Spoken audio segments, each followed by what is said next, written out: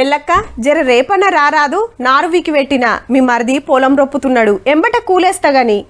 అయ్యో షెల్లే, రేపు నీలమ్మొల్ల కాడికి పోతున్నారా? 4 రోజుల కంచి ఒక తీర్ల బతింలాడబట్టింది, ఏమనుకోకురా. లచ్చిమొదనే ఇవాళ నొస్తున్నావా లేదా? మీరు కలబట్టినాడు మళ్ళీ నేను వస్తా గాని. అయ్యో కిష్టయ్యోళ్ళ బాయి కాడికి పోతున్నారా? ఎల్లుండొస్తతి అంటురట. నాట్ల సీజన్లా కైకులోళ్లకు గింత తిప్పలుందబ్బా. అయితే అక్కల గురించి చెప్పి అన్నలను చూపిస్తున్నారేందని పరిశాన్ కాకుర్రి. మనోళ్ళ పనితనం అయితే చూడుర్రి. ఫస్ట్ రప్ప రప్ప నారు వీకుడు జప్ప కట్టలు గట్టుడు.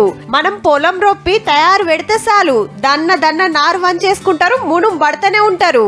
అగో షిట్ట ఎంత ముద్దుగేస్తున్నారో.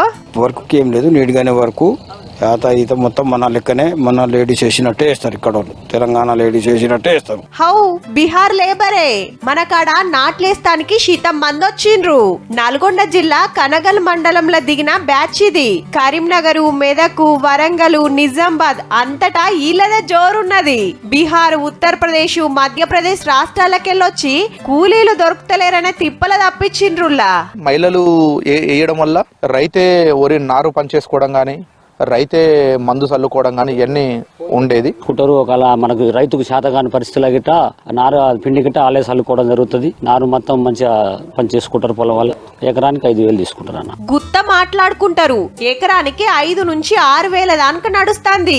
బ్యాచ్ లా 15-20 మంది ఉంటారు. పొద్దుగాల పొలంలకు దిగిరంటే పగటిలు బుక్కడంత తిని పొద్దుముకేదానిక పురుసత్తు దినం 5 ఎకరాల దానిక నాటేస్తుర్రంటే చూడుర్రిగా.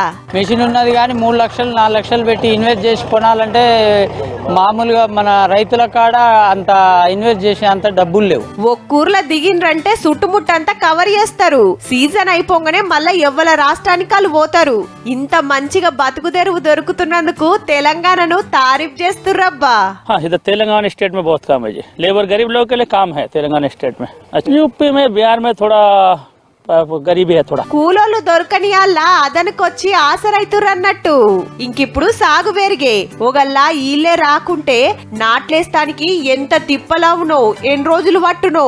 వీళ్ళ పనితనం చూసి మన అక్కలే పరిశాన్ అయితుండొచ్చు.